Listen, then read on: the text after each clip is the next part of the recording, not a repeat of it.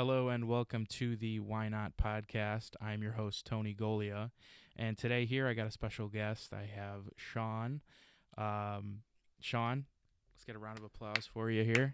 It's Papa Sean, sir. Papa Sean. Papa My Sean. bad. Yes. My bad. It's also the first time I think I've heard your last name pronounced. So I can stop guessing in my head. And, Yeah. Yeah. I haven't heard your last name yet.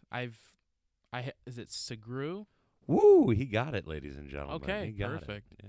We can end the show now. Yeah. It's been a pleasure, ladies yeah. and gentlemen. Yes. Fantastic. Hey, look forward to coming back. Yeah. So how was your set the other night? Oh, my set. It was terrible. Was it really? Yeah. No. You're talking about the show on Friday.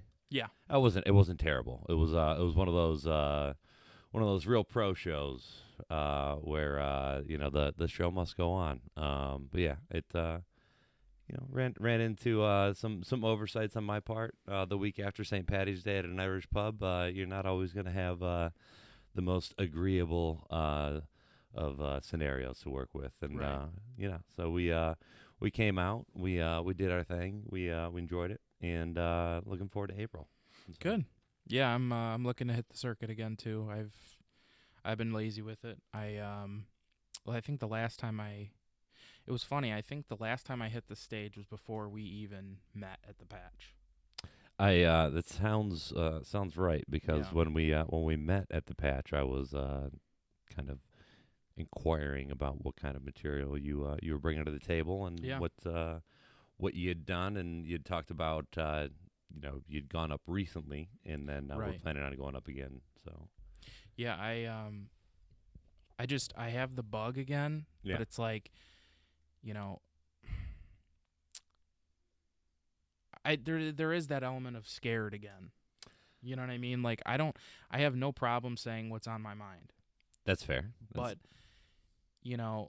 as the influx of people gets, higher and more people come in, I'm nervous and I'm anxious to see what a bigger crowd is gonna do, because at the Patch, as it wasn't, on a good day, this is breaking a record. Yeah. You'd have maybe 50 people in there on the comedy side.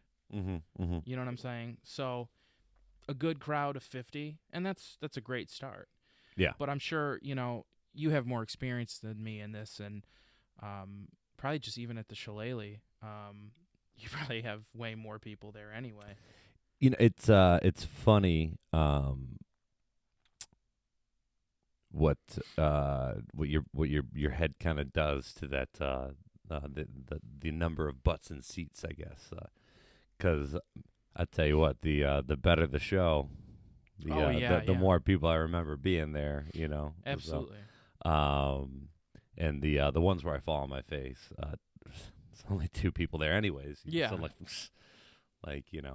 no, it's to be perfectly honest with you, I don't think and I hate to, this isn't meant to sound any kind of way, but really it's just kind of myself right now that I'm out there with. I don't really look past the light too much, just because I don't have the skill to I could crowd work just fine when I'm behind a bar and I have the control of the liquor and the cash and the fun. Sure. On the stage, I don't necessarily command that same control, so I treat the crowd a lot like my ex-girlfriend, and just don't engage. Yeah. No, that's a safe bet. You don't go home hurt. I mean, that's another question I was going to ask was, is that your focus, is crowd work? Do you do a lot of crowd work? Because I haven't really experimented much with that. I have one clip of me doing stand-up. It's about 4 minutes. And it was funny because the headliner, he goes, because I apologized for, not having enough material. I kind of stopped short. And he goes, God, if I had $1 for every time I finished early, Right, and yeah. I was like, okay, I'll play on words. I'll accept it, but, yeah, I only have, a 4-minute clip to base everything off of from what I've done so far. And so I'm just nervous to get back in there and, kind of give it a whack. But well, let me just start out and preface this by Yeah. saying I'm still, as far as stand up goes, in my first year, and I know absolutely nothing as far as anyone else's experience. I can just kind of speak to my own, and I have my Sure. own kind of personal agenda, and that is, like, I'm a fan, and I just most importantly, I just want to be myself and entertain myself out there, and kind of do enough that I understand, but ultimately I'm enjoying kind of opening up some opportunities for others, because ultimately I want to be a consumer of the great scene that I've kind of come across since I've Yeah. been back up here. And so with that, like, a lot of what is going to come out of my mouth will just rub any kind of grinder who's been doing it for years and years a little wrong, but it's my approach, and I enjoy it, and it brings me joy. But so as far as like paying attention to the crowd and so on, it's like ultimately I know that this could go very poorly, and it's right. just gonna be me up there holding a microphone. So Right. if nothing else, I try to just entertain myself, and in doing that, if I do that genuinely, I feel like I'm an entertaining enough guy that it'll resonate with the crowd, and I feel like I've been able to connect with crowds a little quicker by doing that, as opposed to trying to pander to a crowd where it's like, oh, these people look like, so I should try. And that's when I have just done the worst, is when I thought I'd know what the people want, and they will let me know that I don't know a damn thing. Yeah, you got to say it with your chest. It's not about who's in the crowd; it's about who's listening. Yeah. Um, Pivoting here, my question was going to be, did you always know you wanted to do this, or was it more so a coming of age thing? Because for me, it was more. I always knew I was funny. I just didn't know what to do with it.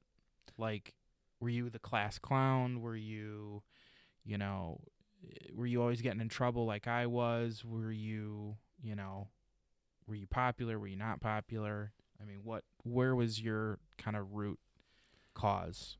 I mean, if we're gonna deep dive, I think I, on some level, I wanted a way to kind of share what was going on in my head, and I just didn't have the musical talent, and so working in nightlife was one way to get that across. And I think then the natural progression to improv, and then improv wasn't opening up, so stand up was available, and that's what made me kind of take the leap. So it was kind of a slow progression to ultimately what I think it is I wanted, and that was I think I was a repressed narcissist.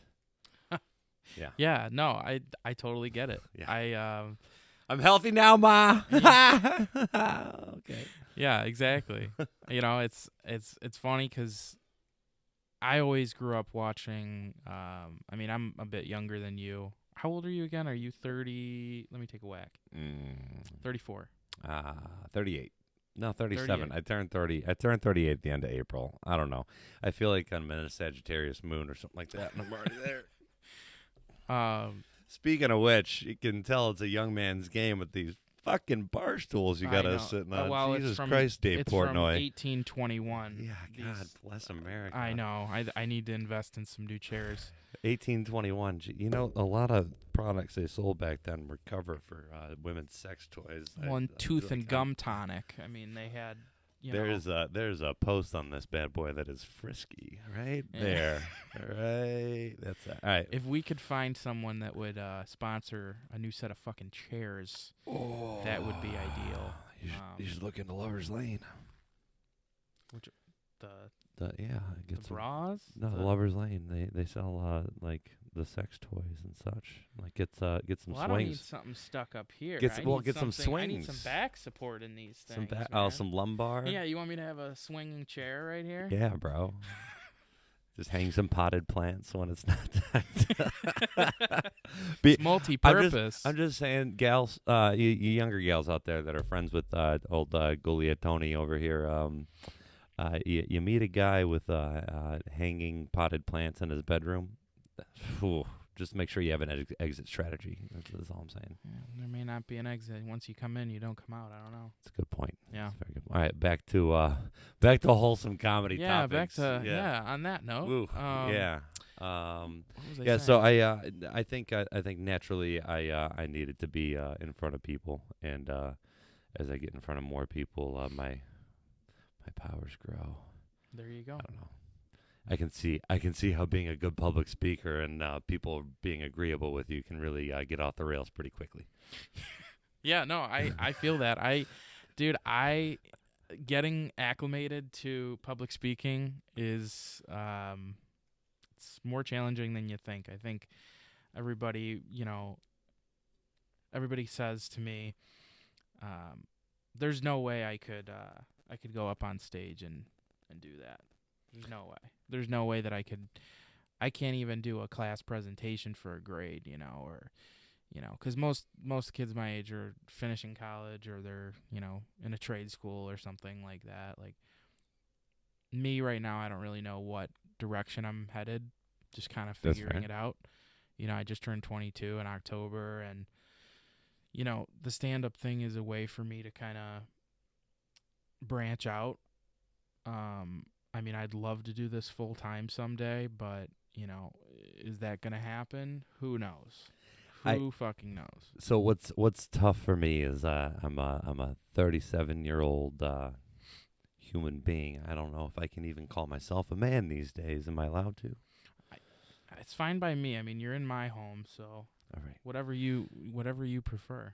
So I work in a profession where I've got a lot of folks that are 22 to 25, bartending or nightlife is a second job because of, whatever dead end out of college job they got, whatever. So I feel very bad, just kind of saying like things like at your age or, like whatever. But for real, when I was your age, I just wish I would have leaned into things that I was curious about. Mm-hmm. That I would have just trusted my gut, because what I found is that especially coming up in the Midwest, there's a work ethic, there's an expectation, there's a certain if and then kind of nonverbal contract that everybody has. If I do this, then you do that, and whatever else. And unfortunately, the world isn't quite set up that way anymore. And so I tried really hard to meet other people's if-thens.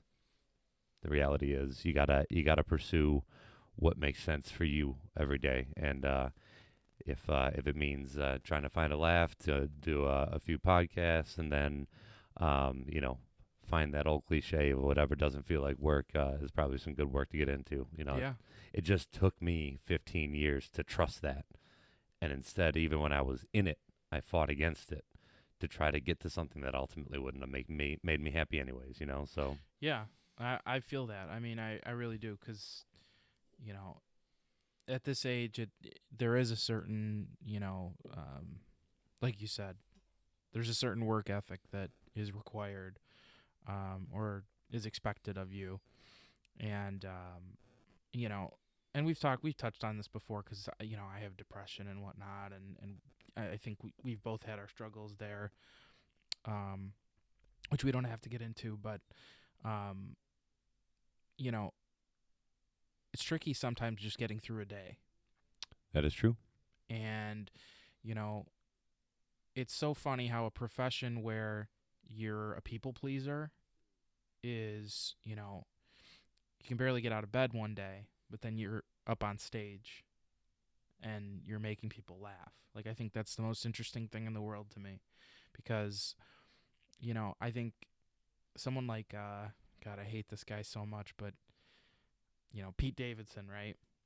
What's the hate for Pete? Just out of curiosity. Listen, Skeet is I can't stand him. I don't know why. I think maybe because the girls that I talk to and know love him so much for no apparent reason. Okay, we're getting somewhere. Yeah. Continue. I mean, I'm ugly too, but Yeah. that doesn't mean that you got to pick him over me. Like, I don't, like, we're both ugly. Like, that's fine. I should be actually rooting for him if he's ugly. That's You what know? that's what I'm saying is like, it's guys like Pete Davidson for you was kind of like Kevin Federline was for me, Okay. just obscure out of nowhere, but then like landed Britney. Yeah. Britney Spears in her prime as a backup dancer, ladies and gentlemen, backup dancer. I try to have that Kevin Federline the week before he met Britney energy all the time, just because I don't know what it is, but it's a game changer, Well, my point there was, my point being, he started at like 16. Yeah. If I would have had a 6-year head start, guaranteed I wouldn't be where I'm at now. Yeah, but here's the thing too, man. Is like, what if 6 years ago you started and you have a little bit of success, and because of that success, you're fucking on a cruise ship at the beginning of COVID, and then you're stuck like in Florida with a whole bunch of assholes in jean shorts at the beginning of a pandemic for a month on a cruise ship just because you wanted to start earlier, and then now, Tony, Papa Sean, we're not here in this basement talking That's about true. what we're gonna do in the future. So like you That's can't. very true. Yeah. There's some truth to that. What if you just picked up a heroin habit 5.5 years ago? I know. It's it's one of those things. It's you can contemplate or look back and say I could have done this, until we're blue in the face. But I just don't. I wonder what could have been, but I'm not bent out of shape over it, Yeah. But it's interesting, like the Pete Davidson thing. He kind of came out of nowhere, right? And everybody's just blown away that he's pulling all of these extremely attractive women. No one has cracked the code yet. I hope they do, because I'm looking for that cheat code. I've been looking for a long time. Oh, I got an answer. You got an answer? Let's Let's hear it. It's called confidence.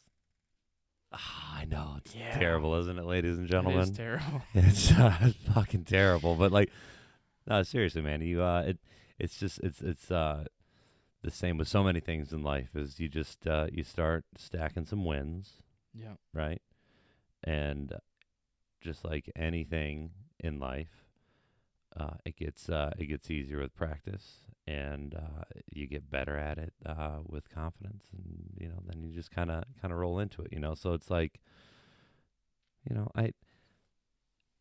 I'm also in love, folks. So it's I'm a bad boy. Yeah. In fact, Eddie's lazy. I'm giving- Ladies, I'm Eddie's giving- lazy. Yeah, I am. I'm cuffed, not cucked. Yeah. There you go. How is that going, by the way? Are you guys? How long have you been together now? It's that'll Not important? Yeah, it's not important. Okay. The time, the whole construct of time, and Rick and Morty fans, and it's not real. I know it's going well. Good. I'd been on a very long. I was destined to spend a lifetime alone, ladies and gentlemen. And then I found my person. So, if you're into vanning and festivals and people doing drugs in the middle of fields, not that that's what we are doing, but we're doing the festivals where people are doing that. Where that's allowed. Yeah. Allowed, tolerated. It's not frowned upon. No, especially if you're buying the right shit, Yeah, right. Right. Anyways, doing some festival bartending with Chachki, my girl Alyssa. You can follow us on the IG. Ready for this handle? Plug it up. 2 Carhartts, 1 van, right? Because we have 2 Carhartts, and then one van. Yeah. See, I think that's just as clever as my name for this podcast. It's the Why Not podcast, which is just my name backwards. See, that's me doing a bad job of research, so I... Yeah, I mean, I called it the Why Not podcast because I was, one of my Tinder pickup lines was spell your name backwards. Sure, why not? That ladies, worked. how, Jesus. So let's talk about your game a little sure, bit. Like sure. what's your approach to the gals? Well, I would say I'm not the type of guy to like go up and be like, hey, make that artificial, first impression. That's not me. Like, if I get introduced to somebody, because I keep telling myself first impressions are very important. They are, whether you like it or not. And, if you don't come right out of the gate saying, I want to fuck this girl, or I want to hear about, I've stalked her Instagram before. Like, I know her family. But if you don't come out of the gate with those intentions, they're like, oh, I just see you as a friend. You never made that intention clear. That is very fair. Continue. I'm not disagreeing with you. I'm sizing up the situation. No, this is just my approach. This isn't a prescription for anybody. This isn't, because it's hit or miss, Yes. Oh, absolutely. I'm actually trying to quit vaping right now, and it's really testing my patience here. I give much better advice if I have some nicotine in my system. There's nothing wrong with that. No, not at all. All right, continue. So your approach, yeah. So my approach, I would think. So you want somebody to basically, if I'm hearing you, right? You put so much importance on a first impression. Yes. That you would rather dictate how you meet a stranger, right? Mm-hmm. And then also, preferably, have somebody be so invested in what is ultimately important to you and your heart and soul and somebody else so that they have the sage-like wisdom to stop and introduce them to you in the correct and proper way is what you're saying. I'm not expecting anything of anybody else. Okay. I think here's what I think. Okay. This is where the comedy angle comes in, though. Yeah. Do you see where I'm going with this? Oh, I was gonna mop you into a corner there, so yeah. Yeah. Well, I brought protection, so I know I wore a condom just in case too. That's the thing, though. Okay, like I hope you get the look on his face as he processes what I just said right there. Are we recording? Yeah, but I didn't. Yeah, we're good. Yeah. Okay. My whole thing about picking up a girl, right? You got to start with the light ones. Oh. When you're my size, I guess the bigger the better. But I don't know. What kind of fucked up CrossFit Tinder dating app are you in right now?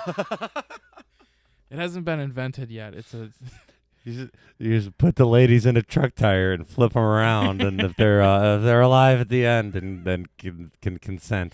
Jesus Christ, Tony, we got a lot of work to do here, ladies and gentlemen. It's the what do they call that? The weightlifters of the world. What do they call them? They call them like forget it. I can't remember. But guys, we're gonna take a quick break with stamps.com, and Tony and I are gonna talk about whether or not this is a cult, a workout fad, or just some bad advice. Stamps.com. All right. So picking chicks up. Yeah. If I really want to impress the girl, I have to come in with a comedic angle. Okay, so, and it works, 48% of the time. Fair. Which, it's I'm not batting 500, but I think it's 500. 500? 900? 500, yeah. 500? Yeah. A real baseball Don't guy. quote me on that. I have to say 50% of the shit that I say is not right. So that 48% kind of evens it out. So 48% of the time I'll say, if I get a girl laughing, because this is a big pet peeve of mine, okay? If the girl doesn't laugh, doesn't find me funny, I'm instantly turned off. I cannot keep trying to reinvent the wheel and invent a new sense of humor. I can't do it. That's fair. I also just heard a click in my headphone. I did too. Okay. I think it's the mini fridge. All right. I'm not sure. I think that was what it was. Did you just snap me into the upside down? I don't know. I think I felt this feeling only one time before, and it was I sneezed while having a shit. Ooh. Yeah, I felt like I turned inside out for what felt like an eternity was what reality was probably. Yeah. Fuck, that great. sounds very painful. No, and is actually quite freeing. Quite freeing? Yeah. I guess so. I mean, you kind of let go of all of your problems when you feel like your yeah, entire you got a body, lot less to think about at the time. Like your whole body is letting go at that point. Right. I've felt that before. Yeah. If only I could have timed an orgasm. I think I would have found whatever Joe Rogan's looking for when he does DMT. Yeah, it's a lack of elk meat. I think that's what it is. That's fair. What were we talking about? Oh yeah, picking up chicks. Like if they're not funny, that is a turn on because you don't want to enhance one's sense of humor. But let me without even getting into those details. Sure. 3. How long have your parents been married? 26 years this year. Do you think the people that they are today were the people they started out as 26 years ago? Well, let me preface that my dad is the same person he was 40 years ago. My dad, for those of you that maybe don't know, that are watching, so your dad knew how to parent a young boy, a teenage boy, a young adult. Like your dad just was downloaded with that information 40 years ago. Well, when you're a cop for 25 years, fair. That is you also. You do have a strictness to you. You do have a sense of morals that, you do stick with, and he's been retired. Well, not retired, but he's not been a police officer for 4 years now, and he's still the same. The way that you person. say not retired, it's like Well, he's too young to retire. Okay, that's fair. Yeah. But you see the point that I'm getting at, though, is that like you're not going to find a finished product, just as like you are never going to be ready to meet somebody, right? Because like you are never going to be a finished product, and if you think that you are a finished product, well, I'm in the wrong place, and I've become friends with the wrong person because I can't claim to know everything and be, because I'm very imperfect. There's a lot about me that I would like to change, would like to change. But I think we can all say that. I think we all have things about us that we're either insecure about or just don't like. And it's not so much about, I love this new concept of body positivity and stuff like that, because it's like, no, if I'm being ridiculed for being fat, I'm not going to sit in the corner and eat ho-ho. I'm probably going to want to show those people that I'm better than that. Yeah. And that, the shit that they say does affect me, but I don't need to be positive just because there's something wrong with me. I don't think if I had schizophrenia and I said the radio was talking to me, would you say, you know what, Tony, you're right. The radio is talking to you. I'd say, no, get me a prescription for lithium and we'll talk. It depends. If you catch me after my St. Patty's Day bartending shift, I might just I might stir the pot. I also feel like because I've been doing more comedy, I'm embracing the I should tell them to get lithium. But let's see what happens if I lean into this a little bit, because I just want to be genuine on stage ultimately. Sure. But no, I see, you are speaking very specifically, and I am trying to keep it more general. And I guess my ultimate point is, and again, everyone's kind of aha is different. So Sure. this may not land for a lot. It may land like Gary Strug for most, But I was looking for like the person that I needed, but not like, like you just kind of build them up, and ultimately you find the person that that's worth it, right? And that's like the one that's willing to go through the shit to get to the end game, and so aligning goals and approach to happiness, and it's just one of those things like anything. If the way that you meld, there's just an easy way to trigger happiness in both, and that's a pretty good start to a relationship. Yeah. No, definitely. And they're not going to be a finished product, bud. So no, I don't think that I'm a finished product. I would never. I think to say that I would be hypocritical. I wouldn't. I am interested about your approach, though, and wanted to see if you wanted to maybe perhaps try some role play where I will be a gal at the bar, and you will be Tony. And no, I just want to hear your best pickup line where I'm here. You do a shoulder tap, and then. Oh no, that's not how I do it. Oh, I think this is maybe me dating myself here, but it shows how little I do know about picking up chicks at a bar because I'm 22. I was never the fake ID kid. Okay. I wasn't really worried about that. When I was in high school, I had a 3-year relationship.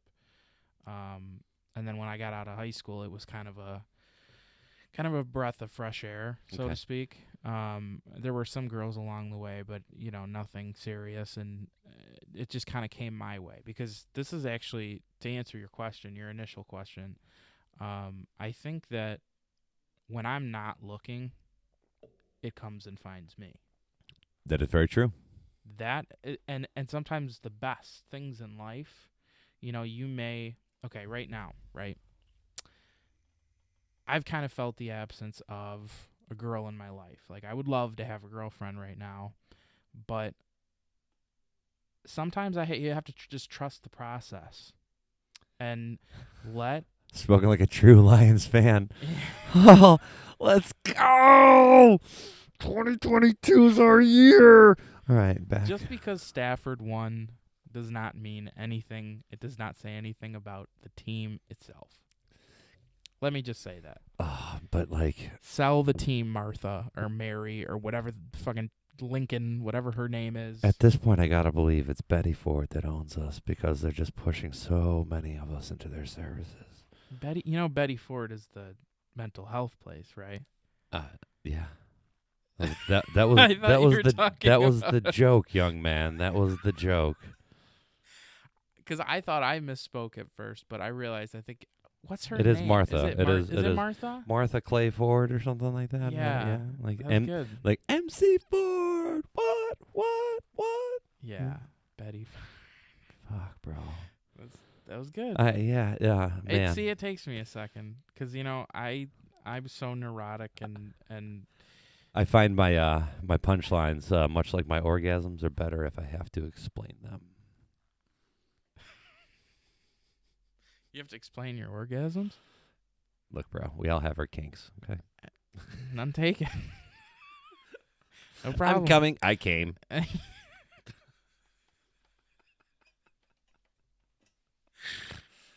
So so the best things in life come when you're not looking for them. It happened again, ladies and gentlemen. Yeah. Thanks, Tone. Yeah. The best things I find. When No. you're not looking for them, they find you. And it's probably just to dovetail it into my point, so we can both be right. yes. Yes, both right. Yeah, there we Why go. not? But yeah, you're also very focused on something else than if you're not looking for it, and probably being your most true and genuine self, which is exactly where our friendship started, where Yeah. we were just two dudes in good moods at the patch, and struck up some conversation, and here we are. Absolutely. So, long of the short, bud. You're young. I had only at 22. I was 3 years into the first girl I was gonna marry's relationship, Yeah. right? And again, not everyone's the same, Sure. but yeah, you'll find it when it's right, and ultimately, just because it's right for how you are living your life right now, if you're shopping for that, it may not be the best, because you are going to grow as a person. You're going to grow as a performer, as an entertainer. Yeah. And you need somebody who can grow within that vision, and you can both find a little bit of yourselves. Well, I will say, yeah, absolutely. The girl that I was talking to last, was very supportive, and basically one of the reasons I went up on stage. Yeah. She encouraged me and said, "Why don't you just go up and do a set? Like, do it, pussy." And I was like, "Okay." Sometimes Nice. everybody needs a little kick in the ass every now and then, myself included. I like it. I now we're getting somewhere. Yeah. So Yeah. do it, pussy, is your trigger. Well, I wouldn't say for everything. That's fair. But a little bit goes a long way. It's and Like and like if I you're will say, if you're on a gay porn set and someone says do it, pussy, you're like, nope. I will say, well, she and I are no longer even friends anymore. This is what happens when you sleep with a friend. She I'm gonna advise you to take that out in post. Just like you'll learn at 37, it complicates things when you say things without saying them. So. Oh no, I I just don't. I don't have time for the drama anymore. I just, long story long. This girl that I was talking to was like super supportive, super cool. She lives right down the street.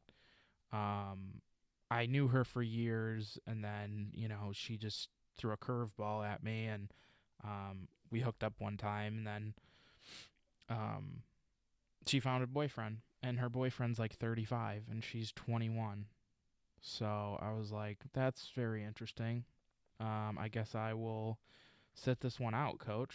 I have no desire to get back into that friendship, because at this point, you know, and not to be, a downer here either, but Yeah. There is a seriousness. When you tell someone something that you don't tell other people, or you confide in somebody, and that's used against you, I have a big problem with that. That's very fair. That's You very know, fair. I as much as I'm, a funny guy, and I've always felt like I haven't been taken seriously enough. I won't even say seriously. That's I'll just fair. say seriously enough, because there have been times where people take you too seriously, and then you're like, no, that was a joke. Or like, that's You forever. can't have it both ways, bud. Yeah, That's I tough. guess you really can't. Yeah, and I'm starting to find that out, and it does play a big role, especially in dating. You can only be the funny guy for so long until I think actually you bring up a very, very interesting point, kind of bridging together so many of the things that you're passionate about in this conversation, in life in general. But yeah, like dating and the like there's the drama, right? And Mhm. then it's also like comedy just feels like high school sometimes. Like Oh, absolutely. it's the same kind of politics and so on, and it's that. But I also mean that in a good way too, where there's a growth and a finding yourself as a comic, just as like a young person and a young adult, and yeah, it's you find that the people that got the most out of things like that, aren't the ones that got caught up in the drama and in the bullshit. The best relationships that you see are ones that just come together and like if you find yourself like thinking like, oh, they're in a relationship, well, when they're not, you might not be in the best place for a Yeah. relationship because you're now wishing ill on others for your own happiness. Not a great place to start a relationship, right? Right. Right. And then the same with comedy, where it's like it feels so important right now, but the reality is, if you're true to yourself and true to what you want to do, when people are looking back on their yearbook on high school, well, folks will know, and the ones that get caught up in the drama and the bullshit, they'll just kind of stay in that bubble, and that's fine. Yeah. No.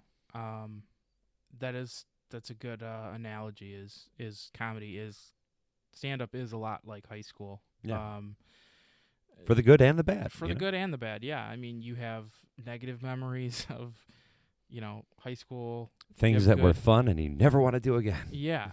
Yeah, exactly. You have good and bad, and just like a set, you have good and bad sets, and um I think it's even funnier now that no one has really mastered the craft. Mhm. Every comic that I have come across says, "Oh, I still bomb." Even if Yeah, if they're selling out Madison Square Garden, they still bomb. you have to. You're not pushing yourself if you don't. Yeah. I mean, if you're not going to I mean, okay, unless you're Bert Kreischer, right? And you're telling the machine story, nobody really wants to hear it. It's Yeah. not like, you know, people are programmed to want to hear new stuff as time changes. I mean, I this kind of one of the good things, the good takeaways of COVID was there's a hell of a lot of new material to be made Yeah. from the masks and the politics of it all, and you know when the What vaccines were coming out, people were so What were some of your you know mass and vaccine punchlines that you're working through? the one that I really liked was some of you should just have a mask on regardless, Yeah. like pandemic or not. You shouldn't even. I mean, yeah. I guess I've heard the one. It's like, oh, Halloween's over. Take your mask off. Everybody knows that one. I'm just curious why we didn't see like orthodontists band together and start like an anti-mask. Because I mean, like if your whole income is based on cosmetically appealing teeth, and everyone's covering them up in public, Yeah, that's a good point. Doesn't. Yeah, unless you're indoors. yeah, Yeah, and then like when we first got masks, I don't know about you, but yeah, like I'd take one off, and if I was going to use it again, I'd fold it a certain way, maybe even put it in a plastic bag, yeah, make sure, whatever. And then, fast forward to like, you're slapping it on your knee, throw it on your face. yeah. Wearing it as a wedding ring. Yeah. Imagine if that's how we treated condoms after AIDS. We're like, Just gonna like, reuse like, this like one. by now we're just slapping it on the knee, like like we're about to make a balloon animal. Yeah. Like all right, let's go. Like You seal it back up this again. this one just stays on all the time, and I pull it up and pull it down when I need it. So Hey, you know what? As long as you're not wearing it while you're driving. that I'm driving to the motel. Yeah. You can catch it anywhere. Yeah. Yeah. The other take that I liked was we can solve the debate just by establishing wear a mask or wear a condom. Well, within yeah. one generation. Fuck a mask. Wear a condom and don't reproduce, Well, basically. that's what I'm saying. Like if Yeah. you want to raw dog air, that's fine. You're not Yeah. gonna raw dog my sister. Yeah. But like if you're gonna be like respectful of other people when it's appropriate, then like you know what, I want your jeans in this pool. You know. Yeah. So Yeah. yeah. Yeah, exactly. Yeah. See, I still hear a new COVID joke and I laugh because it's like, you know, I don't know where you align politically, and it's not why I'm here to. That's not what we're here to talk about. But, But we're here to talk about whatever you want. I mean, yeah. let's Let's get it going. enjoy it. We'll talk whatever you want to talk about. I was just gonna say that, you know, it's getting old. The Colberts of the world and the Kimmels, and at this point, it's not even jokes anymore. It's just like Trump's a mean guy. Yeah. You know, like it's like trained seals in the audience. It's nobody's actually laughing real laughter, and that's like that just sucks. Like that could be used so much better. Like a platform where people actually who are funny, could benefit from that. And, you know, and he's in the number one spot. Like, that doesn't make sense to me. Like, I don't know how some people even watch that crap and get enjoyment out of it. I mean, as I get further and further from when I cut the cord, like, I literally don't even know how people watch that. Like, how does one find it? Amusing. No, just, like, in general, to fucking tune in. Because, like, you know, it's like that's also, you know, like for me it feels like there's like a new medium coming out every week, and you know which ones are going to be the yik yaks and which ones are going to be the TikToks and that sort of thing. So I try not to get too bogged down, and it's also kind of my stance too, where like when I really get drilled by people on, hey, this is how it's always done. It's like, yeah, dude, but like you're just as like fucking not successful and broke as I am. So like, what are we doing? Why are we trying to do it like it's always done? It's not working for either of us, you know? A lot of it is luck, though. A lot of these guys have been put in a position for 30 years where, okay, let's say they got a chance writing for SNL, right? Just because you wrote one funny joke, or not even, I don't even think one person could take credit for the entire, excuse me, it's the Red Bull. Yeah. It's the entirety of a skit, or, you know, for SNL, let's just say. I don't think one person can take credit. If you and I both work on a skit and you came up with the punchline and I came up with the setup, I'd say that's both of our joke. You know what I mean? Someone might have had the premise. Okay, that's great. That's great. But, you know, someone at, you know, like Colbert. I'm using Colbert as an example here. Understood. As a writer, that may have been your perfect fit. But to host a late night show, an interview, you might want to stick to your day job. You know what I mean? Like, that's fair. Like, I don't know where sometimes they get. Why can't I talk? Sometimes I don't know where they get these guys. The way that Fallon handles it, I mean, like, have you seen his fake laugh? Like, literally every segment, you know, they do, he's like, you know, like, it's like the fakest laugh. So very admittedly, with my late night kind of fanfare, I was a very big fan of Conan. Loved Conan. And when Conan did kind of dirty with like taking on Leno and then Leno coming back and whatever else, like that was the last of me really caring who's doing what.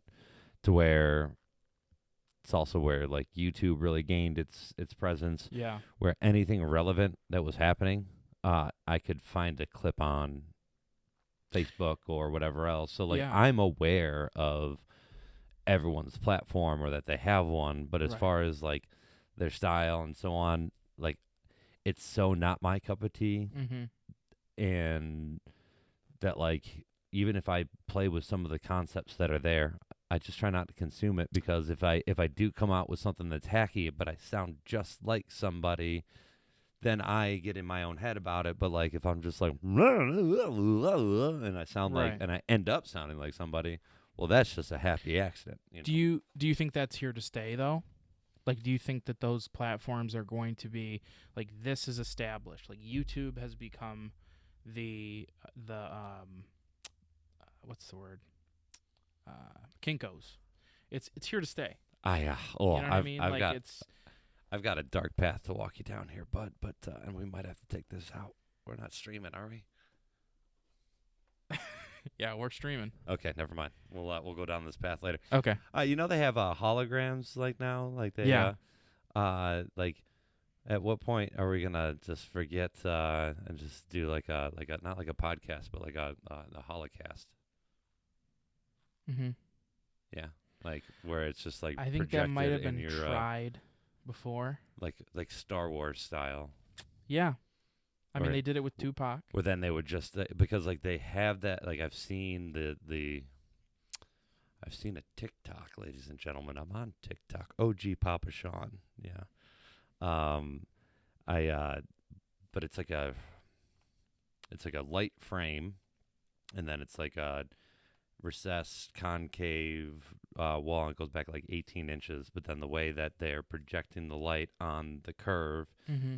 it makes it look like it's a stand-up projection of someone sitting on a stool talking to a room full of folks, even though What are version of not there. TikTok are you on, man? oh man, I want to get down. I want to get down on that. you got to push through the witches, right? Somehow I ended up for about a month on the side of TikTok where they are reading court cases, like court transcripts for like child support cases. Oh Lord. Mind you, I don't have kids. I'm not married. Never have been. Well, how this algorithm got me there, I have no idea. But yeah, no, it's pretty interesting though. Where like the example I saw was a guy like literally sitting on a stool talking to a room full of people, explaining the technology, and then I realized after watching it the second time, like, oh, he's a hologram. What? Yeah. Really? Yeah. It was that good, huh? Yeah, I was like, yeah. "Help me, Obi-Wan Kenobi. You're our only hope." Kind of Yeah. like, yeah. Yeah. It's like we did it. Hid the files in R2D2 or something. I tell you what, man. And that's just it. Is like, at some point we just have to take our hat off to the porn industry, because if it weren't for them pushing the envelope, we wouldn't have VR. Yeah, like I mean, there is a scenario where like you go to Home Depot and there's like an add-on to the shop vac for your Oculus. Yeah. Yeah, right. That's more for your calculus, I think, but I get what you're saying. Yeah. Woo! Yeah. I'm not leaving the house for Thanksgiving.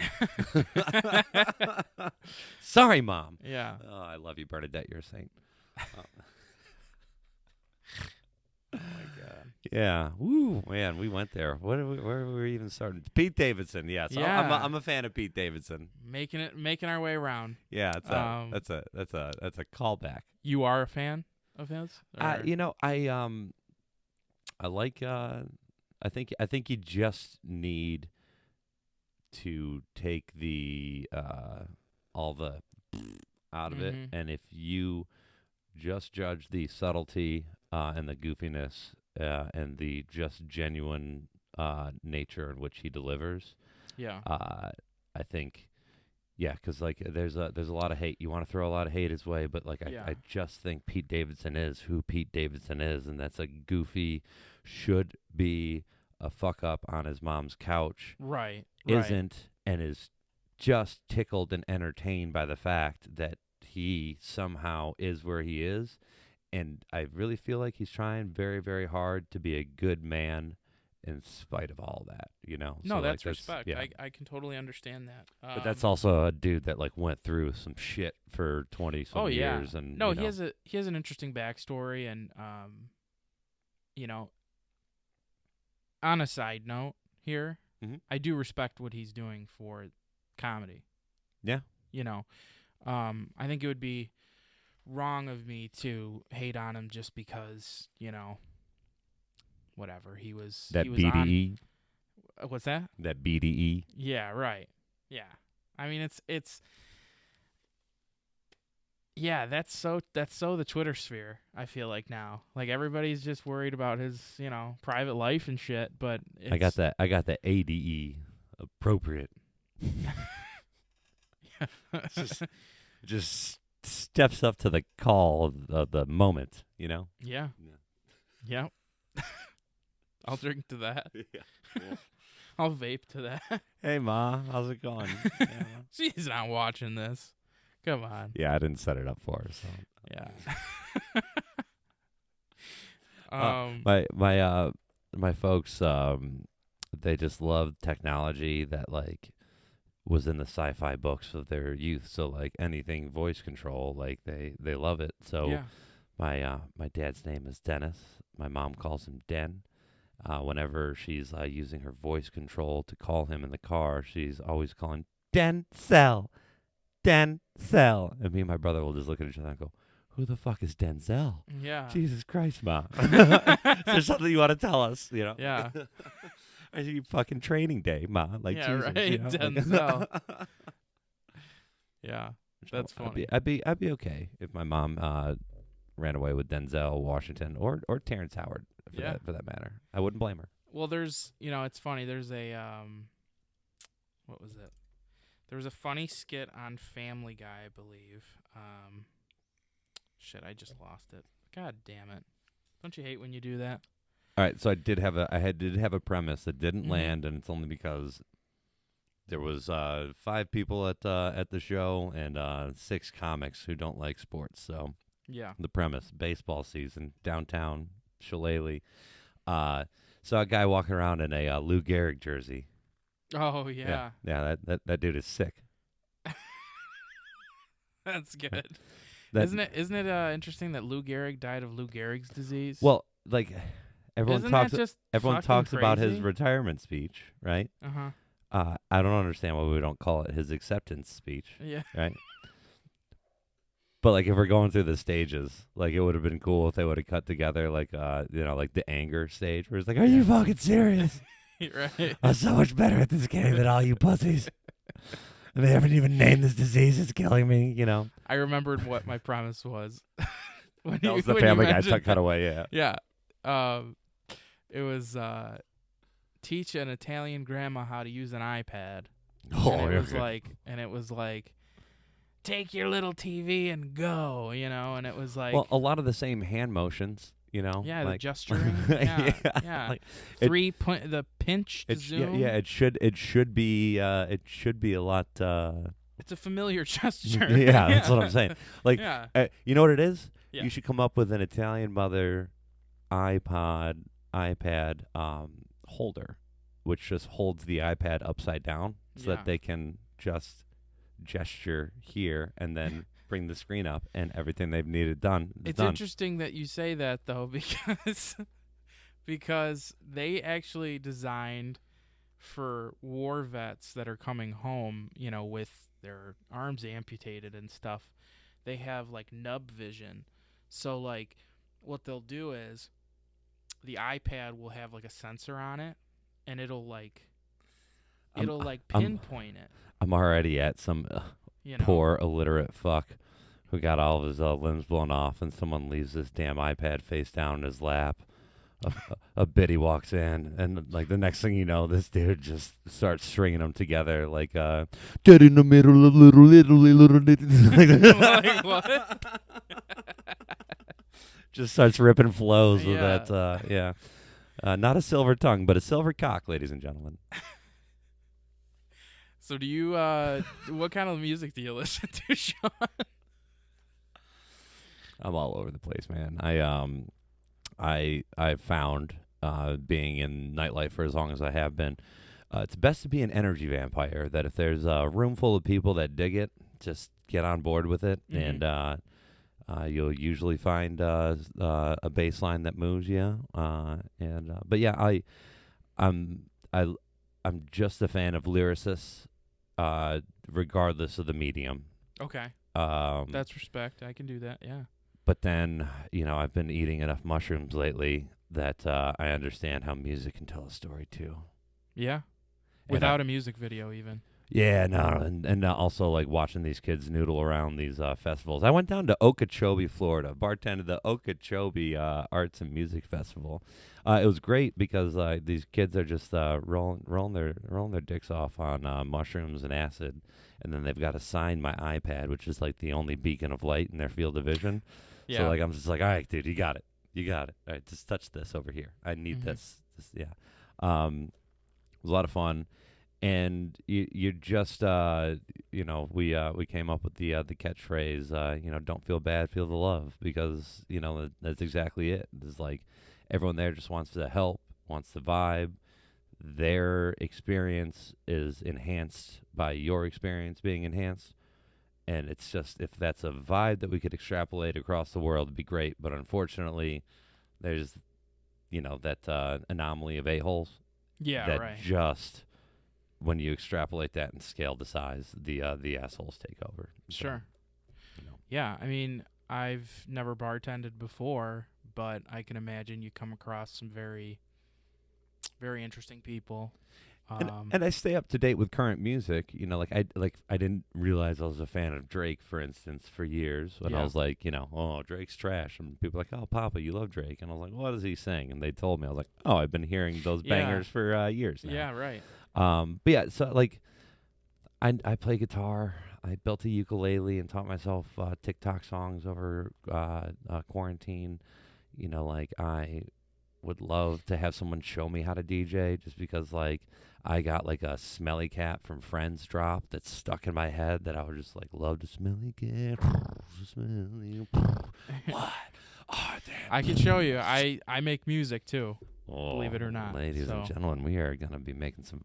But yeah, so like, I fucks with it all. I think right now you'll find like FKJ and Sturgill Simpson as like two just like all strong outcasts. Like I'm a big fan of the '90s New York hip hop. Oh, yeah, definitely. Me too. I hate on mumble rap because of it, because like I don't know where the N words are in mumble rap, Mhm. and I just but like I know when to take a sip of my beer when Tribe Called Quest is Yeah. playing, so Yeah, KRS-One. You Yeah. know, you got to listen to some Biggie, and I gotta hear fucking Unbelievable at least once a week. I think by Biggie. I to love not go insane. shitty '90s dance music too. Like, Oh, yeah. Another night, another dream, but always you. Like, What is it? That one song you hear at a bar at least once a weekend. It's like, I need you tonight. Dun, dun, dun, dun. Dun, dun, dun, dun, dun, dun, dun, dun. You know that one? Yeah, I mean, you got it. You hear that one at least. Yep. At least like it. once. Like, it was just a different time in music. The fact that in the '90s, like Lou Vega had a chance to develop 4 mambos before he got to his 5th in the 2000s. I Yeah. mean, let's be honest. The first was great. The second was good enough to justify a third. The fourth, we're like, come on, Lou. Mm-hmm. I think you got it. And then Right. the fifth, man, Have you ever looked up? What the #1 song on the billboards was the day you were born? It's always interesting. I did once, and I was underwhelmed. But So was I. if you want to do the exercise and Google machine it, so you can get a live accurate feed response. of mine. Yeah. Let me- April 30th, 1984. This is actually how I met my girlfriend. It started with my birth date, then it went to the last 4 of my social. Then, like, she really wanted to get to know me, Oh, Tony. Lord. She asked me the cutest thing. She's like, what street did you grow up on? What was the name of your first pet? And oh, your mom's maiden name. And she asked you your last 4 or so. That's how I knew it was real, Tom. Yeah. That's how I knew it was real. A funny story. She's got an uncle that came into some money. We're gonna help him get to the States. Cool. Then I am going to be set. There you go. Yeah. So really, I'm just doing this pro bono. I'm not gonna need any of this in a couple of weeks. You idiots. Yeah. He's volunteering, guys. Yeah. What was the #1 song, April 30th, 84? The first week was Against All Odds, Take a Look at Me Now by Phil Collins. I feel like my life has lived up to that. And The Reflex by Duran Duran in the UK. Ooh. Yeah. All right. I can Let's see what mine was. I can smash to those. October 9th, 99. Is that some sort of like, would I be creating like a time wrangle if I were having That should be your walk-up song. my walk-in song is actually Thunder, hear the thunder, lightning, hear the thunder, thunder. No, all right. Sorry, I'm preoccupied here. No, it's Looking up fine. This No, song. he found my OnlyFans tag, ladies and gentlemen. Oh, Bernadette, you're not my only fan. I try to tell you this. Cough up the $14.99 though. It goes a long way. Who is? It doesn't even say what band. It just says Heartbreaker. They're like, you're not old enough that we should have to tell you. Well, I could give my honest, best, educated opinion. Carson Daly was already on TRL when you were born, sir. I know both of those references, so don't fuck with me. Talk Soup was the #1 show with Joel McHale. Oh God, it was "Believe" by Cher. Ugh. Do you believe? Are you I thought it was a fucking Ricky kidding Martin me? song. I don't Dude, know. dude, so like the song that was #1 when you were born, like I got my dick sucked too. Was that That's a great way to remember that one. that's what you're saying. Yeah. Yeah. Oh man, Father Tom, I wonder what he's up to these days. Yeah. Don't you know what a rosary on a door means? God. Jesus. No, she just had really weird family names. Yeah. Yep. I don't know where you're going with that. Well, Jesus.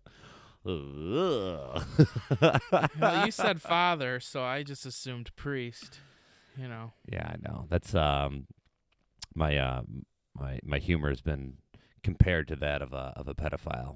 Once you realize I've walked you down a fucked path, it's too late. That's awful. But great. Oh, It's amazing how man. some can be awful and great at the same time. Yeah, no, It's like my sex life. yeah. You know? Lord have mercy. Yeah. Yeah, no. So my dad was a sex therapist, still is actually. You mentioned your dad in retirement. Yeah. My dad's 72. He told me if I was going to retire early, I think I'm like, Dad, you're 72. Like you missed that boat, dude. Mm-hmm. There's no early retirement. In fact, you're retiring late at this point, sir. Right. Yeah. So. It's funny because, like, growing up, it was always like, for me, I mean, I'm, again, dating myself here, talking about my life, but with a guest on, but, growing up, it was like, well, your dad's a cop. You can't egg this house with us. You can't do this. You can't do that. That's a very good point. Yeah, and I was like, well, to me, it wasn't a good point. I was like, sometimes the cops' kids can be the worst of them all. The first responder stuff. Yeah. You got a question that like maybe the next time you're having a good father and son talk, maybe if you feel the moment's right. Yeah. But like, is there like conflict within your dad when like let's just say he wanted to call your mom like irresistible? Like, how would he then stop resisting?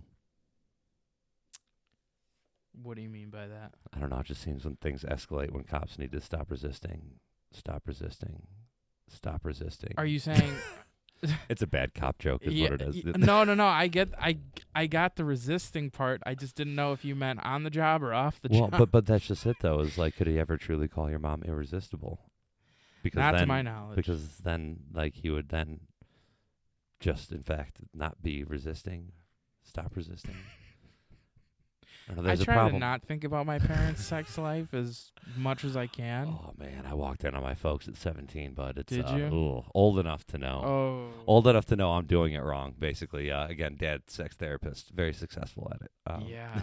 Need to read up on that or something. When I opened the door, bud, it was like opening the briefcase, Marcellus Pulp Wallace's Fiction? briefcase. Yeah, Yeah. like just gold shot Yeah. out of the room, and I was like, oh. That's where it is. Yeah. I won't be able to find that. Yeah, that sets you back a couple of years, I would think. Yeah, I got a question Sure. that has nothing to do with me. Not a personal inquiry, just a question in general. Fellers that are into gals that are like their mom. Oh. Not Right. me. Well, but you know how that old trope, right? Yeah. You try to date your mom. Like, what if someone says that, like, like, I think I do, like, want to date a girl that's like my mom, but like, you also know that they're like really into BJs. Like, are they essentially saying that, like, they I don't know. I'll let you connect those ends. Yeah. YouTube. Yeah. Yeah, right. Hey, if we're lucky, we might be on Spotify tonight. Yeah, and then like the next time I'm at this feller's house, his mom's like, "Oh, Sean, haven't seen you so long. Come in for a kiss." I'm like, "Not with those DSLs." You know? Oh Yeah. Lord. You I need may, to get my own place. yeah, you may kiss your mother with that mouth, but I will not. You know? I need to get my own place so bad. Yeah. Lord. Oh my God. Yeah. Oh Jesus Christ. What else is on your list for us to cover? We done a good job of I think we have I mean, we still got time. I don't know what time you want to get Yeah, out of no, here. I want to recut you. Asked me about my show. I wasn't warmed up and ready to talk about it yet. So yeah. I we'll just ready in 3, 2, 1. Yeah. Ask me about it right now. Yeah. How was your last set? It was good. It was a good pro set. Tough turnout, but they can't all be wins. We're looking forward to coming back and having some format changes in April. Any shows you wanna shout out? You have anything coming up or? Well, so I don't, but honestly, telling my approach to comedy is more so I want people to know where they can see some of these great comedians that are out in the Metro Detroit area. So if you don't mind, I'm just going to run through a quick list of where you can be, who you can see. On Mondays, you can check out in Ferndale. You got New Way Bar with Paulie Pepitone. You also have around the Metro Detroit area. There's Alton Boogie Williams. Hosts both karaoke and open mic night on Mondays. Mm-hmm. That venue will kind of move around the Detroit area, but he's usually right up off of Woodward, right over there by Ferndale. So it's a real easy double up. Tuesdays out in Clinton Township, you can hit up Charles Hill and get onto the Gratiot Pub lineup.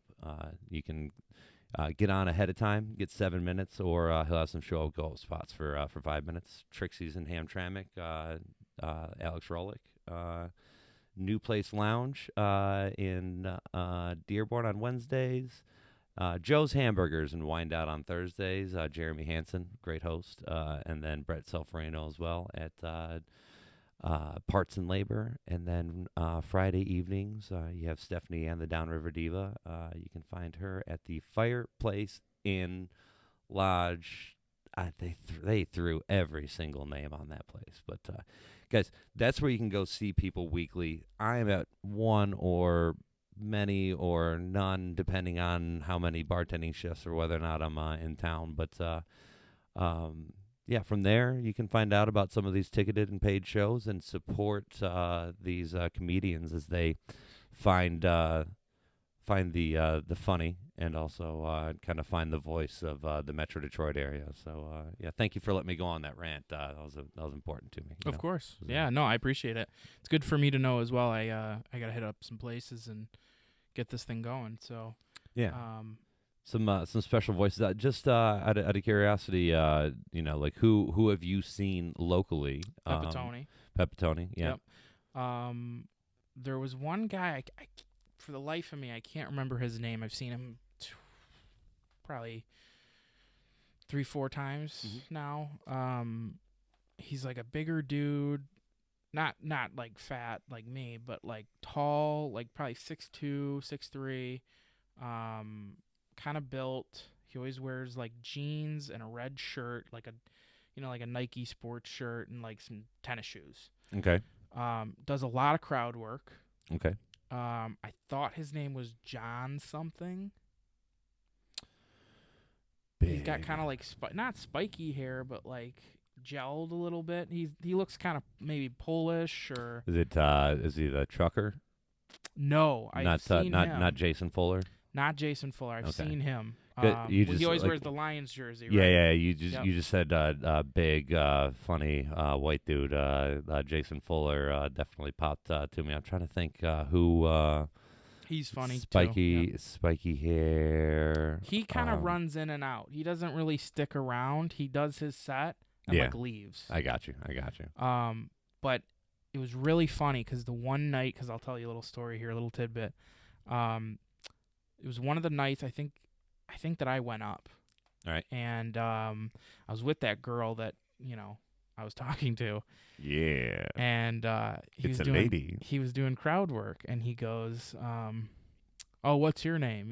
To me, and I was like, "Tony Golia," and he goes, "Oh, I just fucking know you're Italian." He goes, "'Cause you said your last name." Yeah. And I was like, "He's good." Yeah. He's good. And he goes, this guy. He's like, "Yeah, this guy who's sitting here next to you," and he points at the girl I'm with. And he's like, "This is your side piece?" And I was like, "No, not really. We're friends," And she kind of laughed, and he goes, and I go, "Yeah, I just went up, last night or whatever, or earlier today, whatever it was." And he goes, "Good enough for some, And she was like, "I don't know, maybe." Yeah. And I was like, "Give me that HBO special that help a brother out, HBO." Start with Quibi. Yeah. Yeah. But no, I really appreciate it. So shout out to that guy if you're watching this. He's not, but so memorable up until your name, sir. Yeah. I seriously, I regret not writing it down or something. Yeah, we're gonna figure it out in post, and I'm gonna be in a different Queens of Detroit hoodie, and we're like, yeah, yeah. Yep. Yeah. Yeah. Yeah. So I don't know if you wanna keep going, we can keep going. Yeah. If you got some questions for me, let's go. I'm having fun. I'm old, and I need to take a potty break. You got anything go ahead. that you can keep these folks entertained? Where am I going? I could just cut it off. Okay. I have a bathroom down here. Yeah, we're gonna cut it off because they got a bathroom down here. Yep. Yeah. Yep. Go ahead. Do I need to hold? No, okay. You don't have to do anything. You don't have to do a damn thing. I'm just making it awkward. Yeah. First door on your left. Yes. Fantastic. Yep. All right. So while he's in the bathroom, I'll tell you guys what's been going on. Looking for some new jobs here. Haven't found a whole lot, but still looking for work. The unemployment stopped hitting, so did I. And yeah, so for the most part, almost just spilled that. That's great. For the most part, just started doing some stand up. That's why I got my buddy here. We met at the Patch in Grosse Pointe Park at the bar, and we just hit it off. We started talking, and we've been friends ever since. So, I found out he did comedy, and I started doing stand up, back in September of last year, 2021, and for the most part, just been kind of trying to hit the circuit, write some new jokes, that sort of thing. Haven't really done any stand-up shows or anything in a couple months, so one of the reasons I stopped the podcast was just kind of lack of motivation and whatnot, and but I finally got back into it, and I'm looking forward to making more episodes soon. So yeah, big thanks to Sean for coming. Always makes my job easier, and more fun to get another perspective on the podcast and that sort of thing. So yeah. What else? Yeah, I think the last time I uploaded was March. I'm sorry. I think it was May of last year. So we talking to the people? Yeah. Yeah, we are talking to the people. facilities here. Very nice.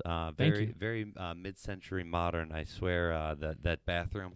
You could charge me for a $22 old fashioned out here, and I'd be more than happy to pay. It's funny how many people come to my house and comment on the bathroom. Yeah. You're not the first. It's someone said it reminded them of a clubhouse bathroom, like Yeah. at a country club or something. Yeah. We haven't really touched it because it's so kind of cute and not frilly, but there is a flower on the fucking top of the lid, the toilet seat lid. But Just saying, it's a nice touch. Yeah. It's a nice touch. I'd love it if there were another shower in this house, but what are you gonna do? That's fair. Yeah, I never really haven't had to size up how difficult living at home must be, especially with the way that internet porn suggestions are going these days. Yeah, it's no walk in the park, but yeah, it's you gotta find time for yourself. My parents are leaving next week for South Carolina, so I'll finally have some alone time. Yeah. But you hear the dishwasher's acting up, you find an excuse to leave the house for a week. Yeah, exactly. Which dishwasher? Oh man, that dryer's always It's always askew somehow, but I don't know why. Called the repairman. Anyway, yeah. Let me ask you a few questions here, Let's Tone, go if you for don't mind. So I heard you telling the people a little bit about the last time you filmed here. Yeah. Mm-hmm. You said that was almost a year ago. Yeah. Right? Yeah. I guess as your pal here, walk me through maybe some things that you see for this project, and then maybe share one or two kind of accountability buddy things that maybe I can come back in 2 to 3 months' time and we can check on. How about that? Absolutely. Yeah. No, I'd love to. Well, first off, I'd like to get another set in before the next time. Maybe you come on. That way we have Fantastic. Again, another thing to talk about. Yep. The reason I stopped, well, it was a hiatus. I always knew I'd come back. I didn't, it wasn't it wasn't a lot of kids my age, shit like that. They say it's like a fad. You start a podcast and you never actually take it seriously. I took it pretty seriously. This would be episode 12. I saw that in the lead up promo. We're in a tag Inception. Yes. Storyception. Yeah. Yeah. So one of the reasons I quit, I just last summer basically I had kind of a. Speaking of which, I'm gonna throw this up on my 2 Carhartts 1 van live for the stretch here. So that's what I'm doing over here. Yeah. I had kind of a major depressive kind of fucking episode, whatever you want to call it. Right around the time that I quit doing, weekly podcasts, because it was to the point where it was weekly. Like, I have episodes that I haven't even uploaded. Like, they're pretty much ready to go. Yeah. For the most part. I lost some of the footage, but I know I have it somewhere. So I was taking it very seriously. I had multiple guests on that never got uploaded, and I got it on Spotify. Yeah. My material's on Spotify. But it was a big win for me just to get up on stage and do comedy. Yeah. So I want to get back into that, and I'm kind of in the downward spiral, or I'm sorry, Whoa, the upward, the upward spiral. the upward spiral. Yeah, I was of- like, of, Jesus. Yeah, no. Hey guys, I'll be back a lot. No, just doing checks. Yeah, Yeah. No, so we're I'm on kind of the upswing. upswing. Yeah, Yep. good to hear. Good to hear. Of something. And thank you for sharing. By the way, I know Yeah. it's not always easy. So Yeah, of course. Yeah, I'm pretty open about that stuff. I'm not ashamed of it. Open with your feelings, not your relationships. Yes. Yes. Exactly. I got it. Unless she's open to it. No, No. I'll just go ahead and tell you it Doesn't won't work. Yeah. So you want to do a set between Now in a couple months, at least. Maybe during the summer it'll be. Let's different. do this, right? Okay. Because we may get together in a month, we may get together in 3 months. Sure. Can I encourage you to at least in the next month do a set, Mm-hmm. and then 2 months from now, encourage you to then do 2 sets a month, and then we'll. If it's 3 months, then I will have expected you to have done anywhere from 3 to 4 sets at that point. Right. Would that be a fair accountability metric? Yeah, definitely. And then just to bring it back, something that I really want to get into. Again, we'll go live here now. We'll after we're done with the big personal share there.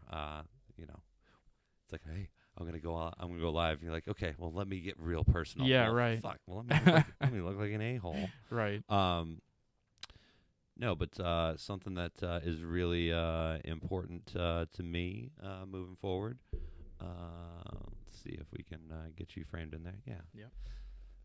Yeah, but something that is important to me moving forward. Offer some accountability to your accountability. Alyssa and I really want to hit the road with 2 Carhartts, 1 van. Yeah. Hey guys, no one's on. Fantastic. We've got 26 followers at this point, so That's okay. I will notice if any of you follow at 2 Carhartts, 1 van on Instagram. Link in the description. We will be drinking coffee in interesting places, going to festivals, and just generally trying to spread our don't feel bad, feel the love vibe for everyone. So, I'll be down in New Orleans bartending the Final Four next weekend. Sweet. And I, too, then want to keep up that same pace of one festival that I hit the road with the van and Alyssa, and then 2 festivals a month moving forward from there, so that when we get back together, we both have a little bit of a carrot that we have put out there for the other.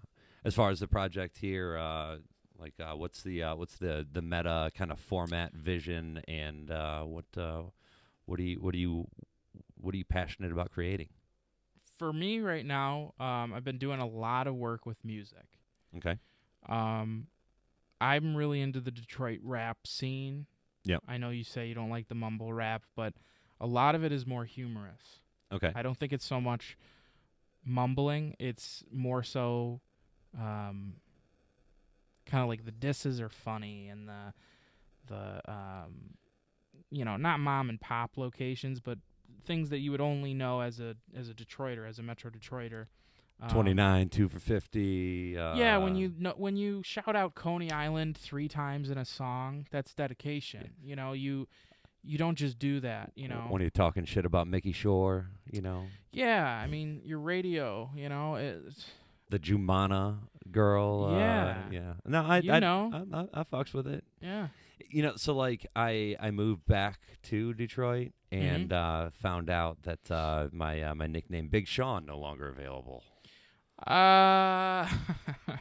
Which I'm okay with because I'm more medium sized. Well, so is he. It's kind of funny. Yeah. You're probably taller than he is. I'm not talking about height, but yeah. So there's a Big Sean taken. Papa Sean still is my main moniker, but So, are you producing beats? Do you got Yes. do you got more bars than a Xanax dealer? What do you got? Well, I do have a script for Xanax. Okay. Wow. But Not those I do bars. not flow. I am not a maxi pad. I am not Yeah. So. Tampax Pearl. I just can't flow. I just don't rap. I don't.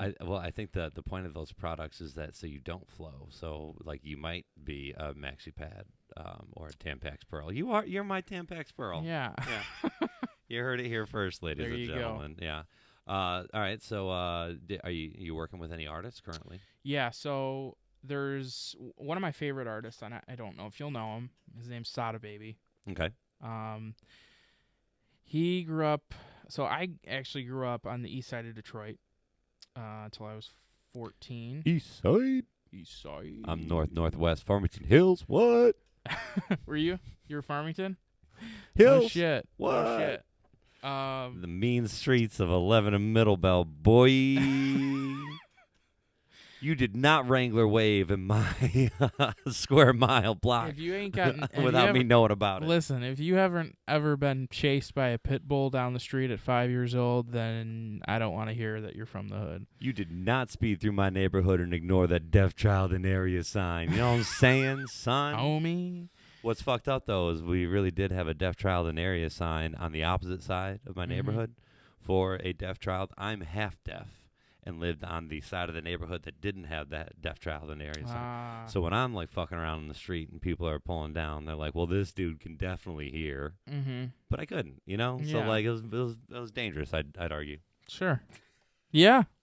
You heard it here. It was funny, you know. It's just I have a great story about well, kind of pivoting here. I know you had one question, but I just wormhole, so no, I do the same thing. My ADHD brain doesn't it functions at its own pace.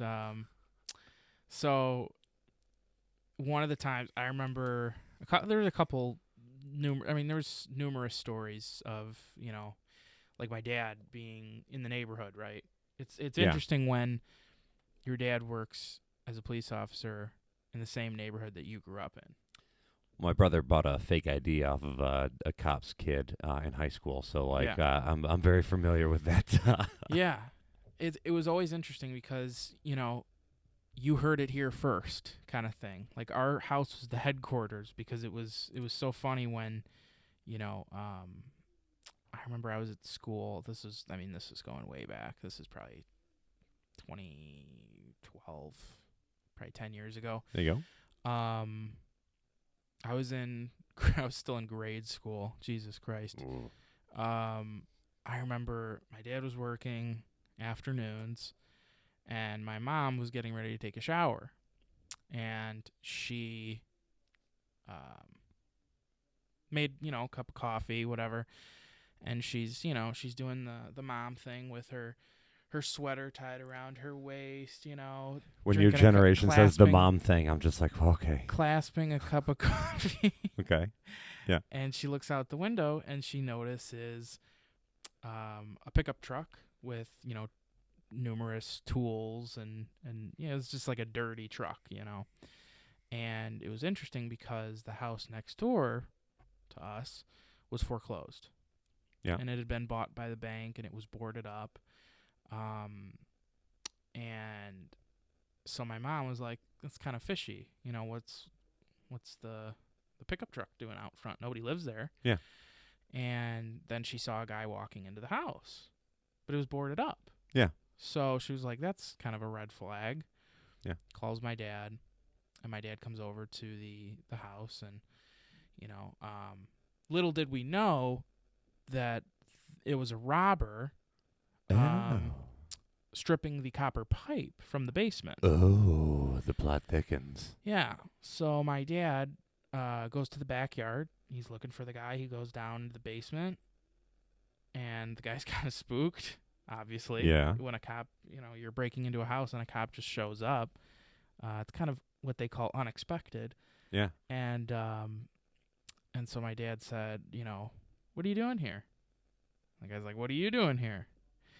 And my dad's like, classic who's on first with the cop Yeah, neighbor. Yeah, I know this one. Yeah, so my dad's like, well, this home is vacant. I know you don't live here. Your pants are all dirty, and your truck says you are from this company, and blah blah blah blah blah. He goes, no, I'm from the bank. I work for the bank. We fix up the stuff. We fix up, what's gone. Yeah. Make our money back, basically. And sorry, I know it's you probably hear that little, does that every now and then. I thought it was my Bluetooth butt plug, but No. yeah, thanks. No, it was mine. But long story short, Crossing digital swords, ladies and gentlemen. so the guy was Mine vibrates to the tune of Sandstorm. How about yours? by Darude.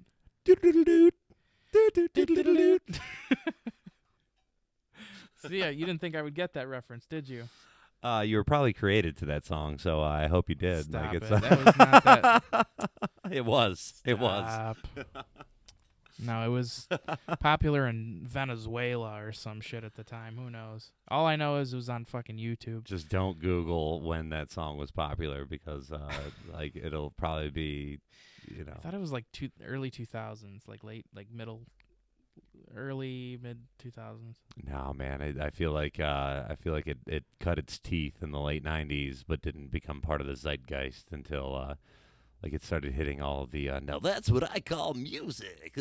Really? Yeah. I gotta look into that then. It encapsulated a moment in time. Like a lot of times when you think of things that are so of an era, Yeah. right? The mullet, for instance. What decade would you associate the mullet? 80s.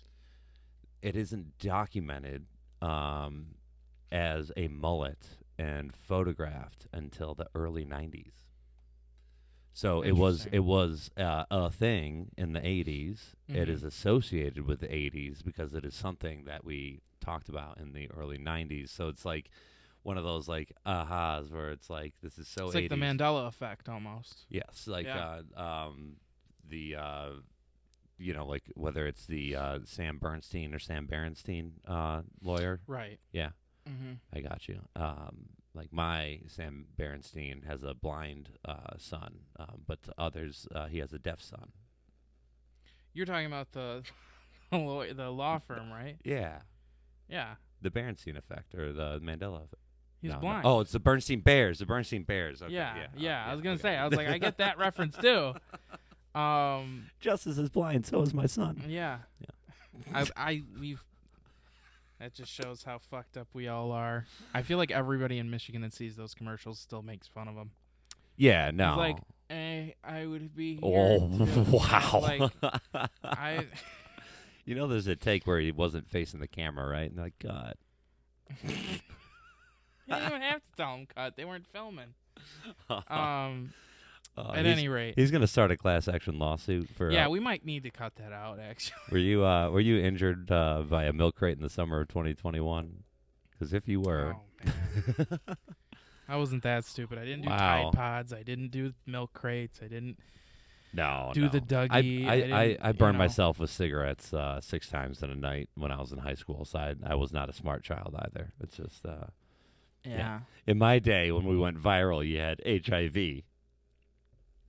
God damn it. That was good. That's pretty good. I won't lie. Yeah. Listen, just because you were conceived in the back of a Jeep doesn't mean you're part Cherokee. Yeah, that's a very good point. But either way, you probably own a weasel. So. Yeah. And I just assume that you've murdered people. It's a very good point. Yeah. Yeah. If you own a weasel, you watch Dexter with a legal pad and take notes. Yeah.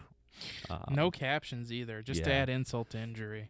If you add a weasel or if you live with a weasel, you definitely don't care if your fabric softener smells good, because let's be honest, it won't fucking matter. It'll smell like a fucking weasel. I mean, in hours, you got a weasel. Yeah. Yeah. All right. So we totally got sidetracked again. Yeah. But yeah, the vision of this medium Mm-hmm. podcast. Are we gonna be doing like 30-minute episodes, 45-minute episodes? Are we doing hours like I'm not gonna JRE? pull a Joe Rogan. I don't think every time. I'd like to keep them as kind of brief because, as we both know, there's short attention spans, So, myself included sometimes, and I feel like we kept the energy know, level up I for think we well did. over an hour. Yeah. Yeah, definitely. So. Yeah. But yeah, no, I like what you have going here. Right. Thank you. It is a beautiful space, Mhm. and just depending on who you find interesting and want to talk to, I'm more than happy to. I like when two interesting people meet and have Yeah. an interesting conversation, and like Detroit hip hop, Detroit art. You know, is it mostly like comedic and music creators? Oh yeah. I mean, yeah. I've always been interested in music. I never could play an instrument. I saw the You guitars. know? I was going to ask. Yeah. I have an older sister, Uh-huh. and she played.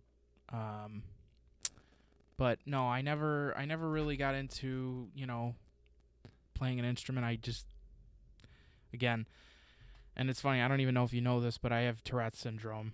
Okay. So sometimes I repeat things, or, I blink a lot, or, You did mention that you had a tick or something like that the Mhm. first time that we met, and I think I shared with you I had a buddy that just like randomly would like he had a bee on his shoulder. Yeah, right. So it's like yeah, Yeah, you got to be on a UET. yeah, Yeah. so So, yeah, I mean, I think I've always just kind of gravitated towards music, and growing up, I was the class clown. I used to get into a lot of trouble, but I feel like when I feel like everybody after my generation, like I was born in 99, right? yeah. Everybody born in 2000 and after, it's just a shame. You know what I'm saying? Like, I mean, 2000 gets a pass because a lot of my friends are 2000 Yeah. babies. I'm old for my age group. Just you'll start to blur that justification like 2000, 2001. Yeah. Like here, let me back up here, because on TikTok I'll see best corn stars of 2004, and I go, that feels illegal. Yeah. That feels wrong. Yeah. Not interested. Yeah. So with that in mind, I kind of like the old school way of doing things. I appreciate the, I said trust the process before, but Yeah. a lot of these kids just don't have the attention span, or the, a lot of people you come across today cannot have a conversation like we're having right now. It's very true. It's hard to find someone that, has the same interests, because I think everybody's is so different. Like, I don't understand this cosplay and anime hentai fucking generation. I don't get it. I don't get it. So I don't cater to it because I don't get it. I think you would agree though that generationally we are quite different. Oh, right? absolutely. But as far as sensibilities, we find a lot of common ground. Yeah. And a big part of that for me was being in the service industry and in nightlife. Mhm. I never really, I didn't stay in touch, but I never lost touch. Yeah. Right. So I would just at least offer a little bit of a devil's advocate that there is value in understanding the what and the why people are consuming and creating the way that they are.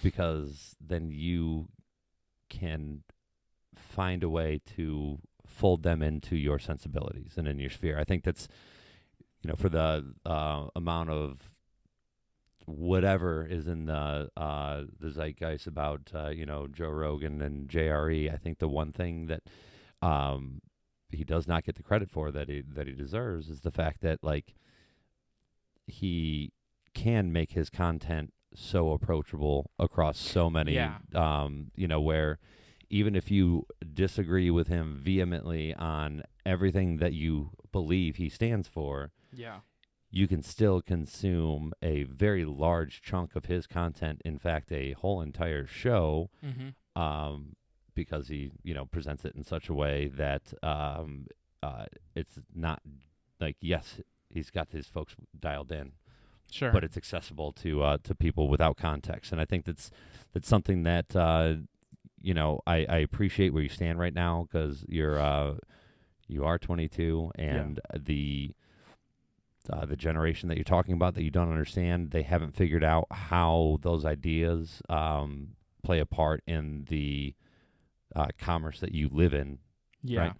So being aware of what's going on there, I think, is going to be very important for you as this progresses, because ultimately, if you're not growing, you're dying, and if you're not finding a younger base, it makes growth difficult. So, I would agree. That's just a little counterbalance. And then I think you said it. One thing that I learned, and I was learning in my 20s, is that consistency is everything, right? In the bar industry, changing your hours, being open sometimes, being closed sometimes. The second anyone says, I wonder if, right, you're in trouble. So if you decide that you are going to put something out, decide on a schedule, and then hold to it. It's much better to over deliver and under promise. So it's like, once a month, guys, we're going to be up. Yeah. If you put 3 up, great. If you only put 1 up, you don't beat yourself up for it the following month, because you did live up to what you're doing. But find how you can dial in the consistency, and ultimately, if it's something that you don't want to sit back and consume after you put it in the can, then you got work to do. Yeah, no, I would agree with that. Yeah, I think consistency is key, and like you said, not beating yourself up for it if you don't deliver. You can always over deliver, but not. To me,